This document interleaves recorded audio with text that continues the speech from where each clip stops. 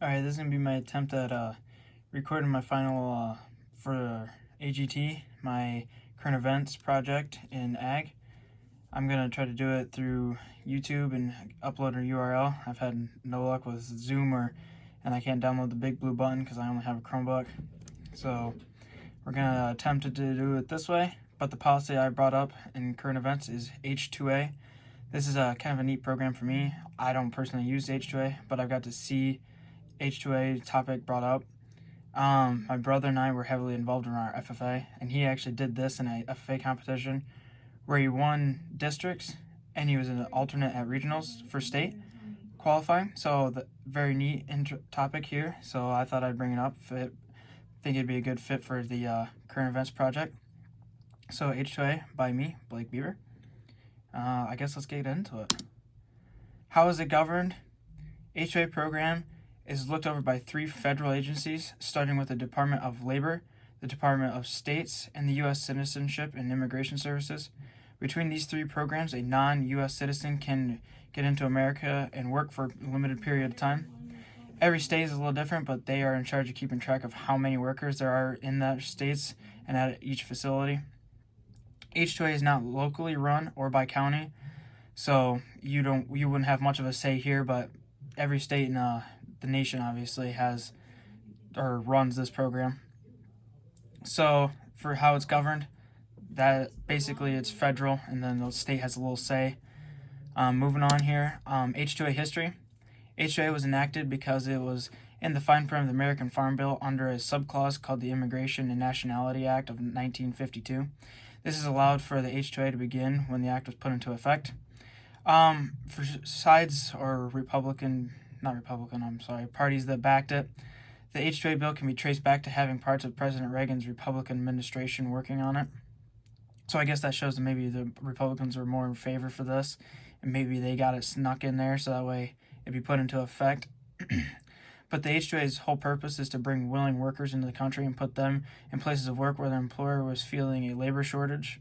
The H2A program has been around for roughly 73 years. Like I said, in 1952, so that's when it was kind of being brought up and around. So I guess for a little bit more of a deeper dive, this whole thing was to bring immigrants into the country legally and give them a part-time. This way they're not having to go through the whole the U.S. citizenship tests and all this other stuff that you got to jump through and all the hoops you got to get through.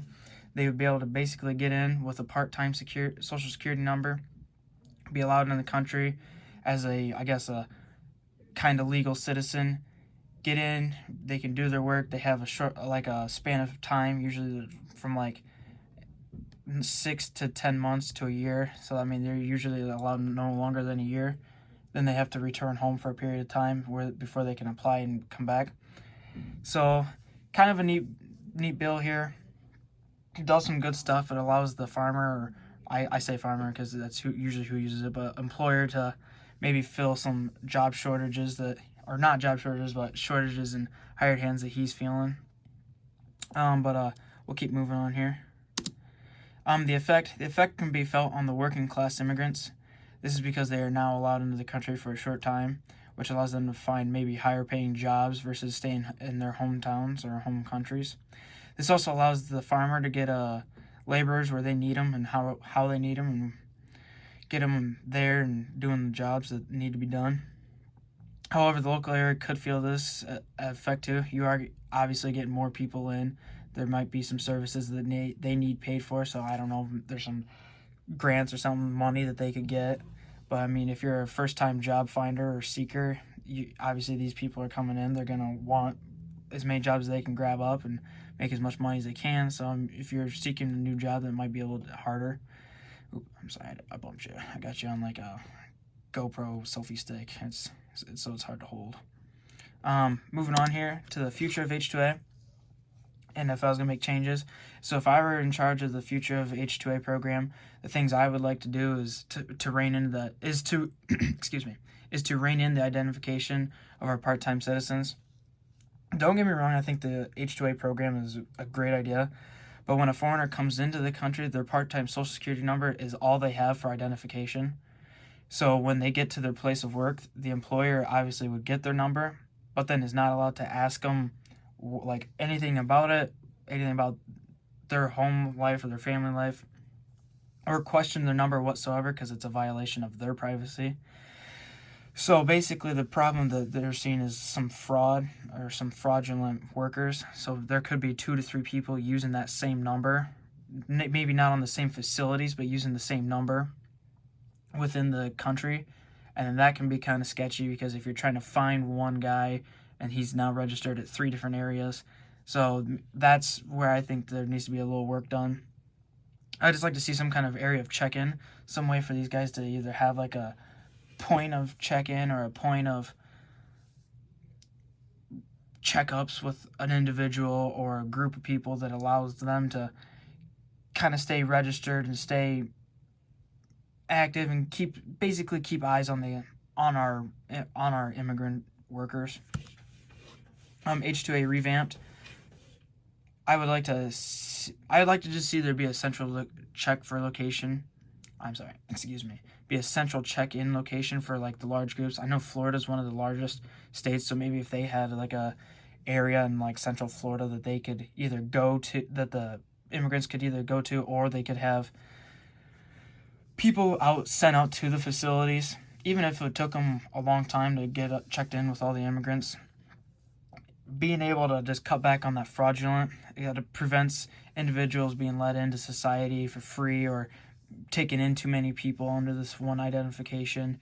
It just, cutting back on that fraudulent identification is where I think it really needs to be reined up and tightened up a little bit. So I mean, however that may be. So if you trust the immigrants to come in and check in, or if you have like I don't want to say like a counselor, but somebody like that could really stick with them, keep up on them, maybe have like a monthly or bi-monthly check-in, even if it's just on a phone call, see how they are, maybe contact their boss, if you get a monthly thing with the boss and they know what's going on, especially if you're with the employer and they see, multiple people coming in and trying to use the same number or social security number. That's really what they need to focus on. But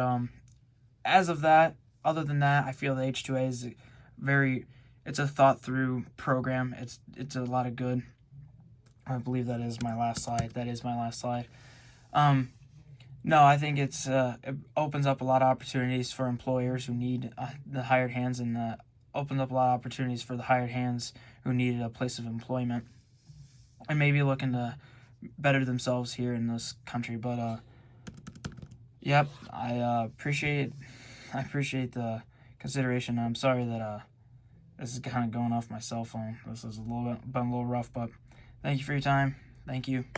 Adios.